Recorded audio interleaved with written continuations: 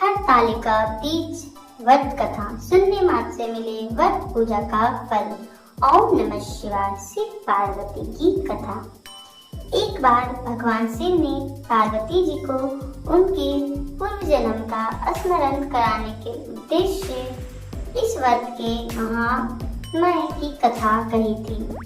श्री भोले शंकर बोले, हे गौरी, पर्वतराज हिमालय पर स्थित गंगा के तट पर तुमने अपना बाल्यावस्था में 12 वर्षों तक अधोमुखी होकर घोर तप किया था। इतनी अवधि तुमने अन्न न खाकर पेड़ों के सूखे पत्ते चबाकर व्यतीत किए। माघ की विकराल शीतलता में तुमने निरंतर जल में प्रवेश करके तप किया। वैशाख की जला देने वाली गर्मी में तुमने पंचाग्नि से शरीर को तपाया। श्रावण की मूसलाधार वर्षा में खुले आसमान के नीचे बिना अन्न जल ग्रहण किए समय व्यतीत किया। तुम्हारे पिता तुम्हारे कष्ट साध्य तपस्या को देखकर बड़े दुखी होते थे। उन्हें बड़ा क्लेश होता था। तब एक दिन तुम्हारी तपस्या तथा पिता के क्लेश को देखकर नारद जी तुम्हारे घर पधारे। तुम्हारे पिता ने हृदय से अतिथि सत्कार करके उनके आने का कारण पूछा। नारद जी ने कहा, गिरिराज, मैं भगवान विष्णु के भेजने पर यहाँ उपस्थित हुआ हूँ। आपकी कन्या ने बड़ा कठोर तप किया है। इससे प्रसन्न होकर वे आपकी सुपुत्री से विवाह करना चाहते हैं। इस संदर्भ में आपकी राय जानना चाहता हूँ। नारद जी की बात सुनकर गिरिराज गदगद हो गए उठे। उनके तो जैसे सारे क्लेश ही दूर हो गए। प्रसन्नचित्त होकर वे बोले, श्रीमान, यदि स्वयं विष्णु मेरी कन्या का वरण करना चाहते हैं तो भला मुझे क्या आपत्ति हो सकती है? वे तो साक्षात ब्रह्मा है। हे महर्षि, यह तो हर पिता की इच्छा होती है कि उसकी पुत्री सुख संपदा से युक्त पति के घर की लक्ष्मी बने। पिता की सार्थकता इसी में है कि पति के घर जाकर उसकी पुत्री पिता के घर से अधिक सुखी रहे। तुम्हारे पिता की स्वीकृति पाकर नारद जी विष्णु के पास गए और उनसे तुम्हारे ब्याह के निश्चित होने का समाचार सुनाया। मगर इस विवाह संबंध की बात जब तुम्हारे कान में पड़ी तो तुम्हारे दुख का ठिकाना ना रहा। तुम्हारी एक सखी ने तुम्हारी इस मानसिक दशा को समझ लिया और उसने तुमसे उस विक्षिप्तता का कारण जानना चाहा। तब तुमने बताया, मैंने सच्चे हृदय से भगवान शिव शंकर का वरण किया है, किंतु मेरे पिता ने मेरा विवाह विष्णु जी से निश्चित कर दिया। मैं विचित्र धर्म संकट में हूँ, अब क्या करूँ? प्राण छोड़ देने के अतिरिक्त अब कोई भी उपाय शेष नहीं बचा है। तुम्हारी सखी बड़ी ही समझदार और सूझबूझ वाली थी।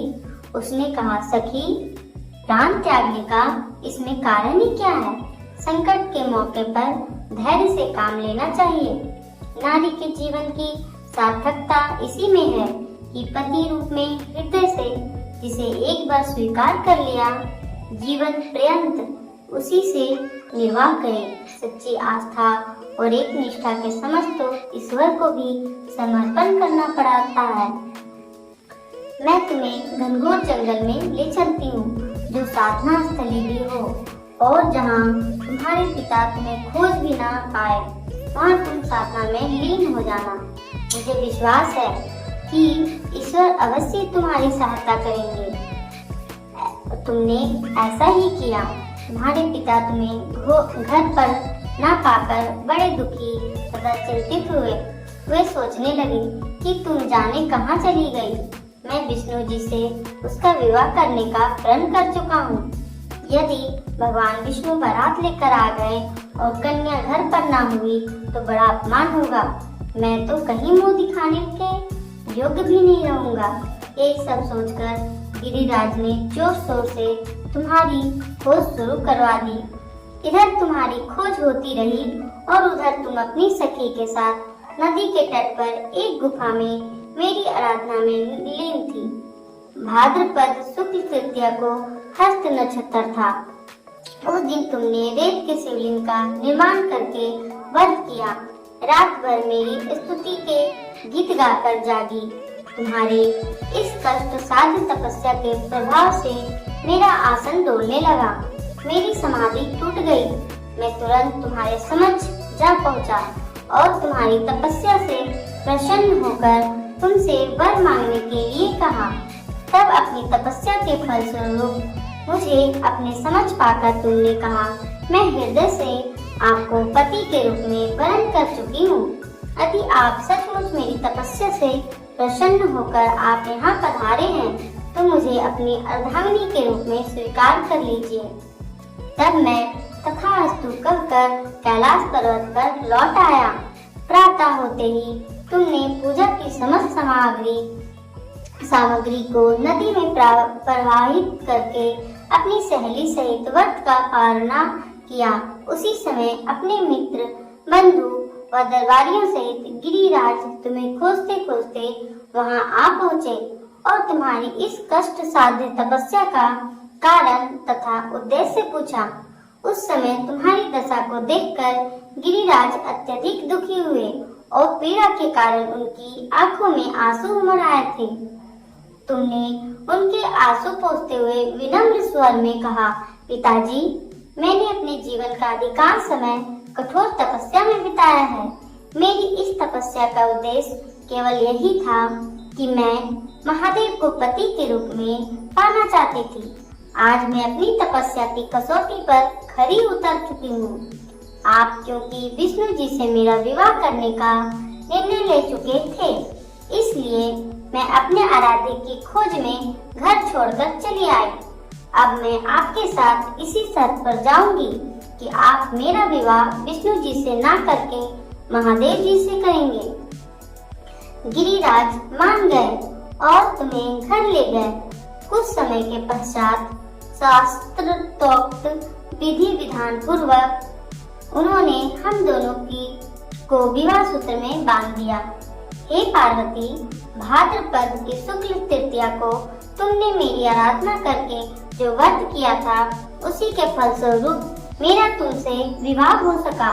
इसका महत्व यह है कि मैं इस व्रत को करने वाली कुंवारियों को मनवांछित फल देता हूँ। इसलिए सौभाग्य की इच्छा करने वाली प्रत्येक युवती को यह व्रत पूरी एक निष्ठा तथा आस्था से करना चाहिए।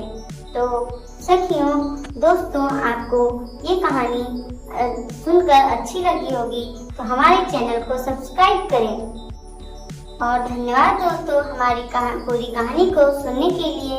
आपको हमारे चैनल को लाइक करें, सब्सक्राइब करें और ज़्यादा से ज़्यादा इस कहानी को शेयर करें अपने सखियों में, ताकि हर लोग ये कहानी सुन सके और फल प्राप्त कर सके, अपने मनवांछित फल शंकर पार्वती जी से।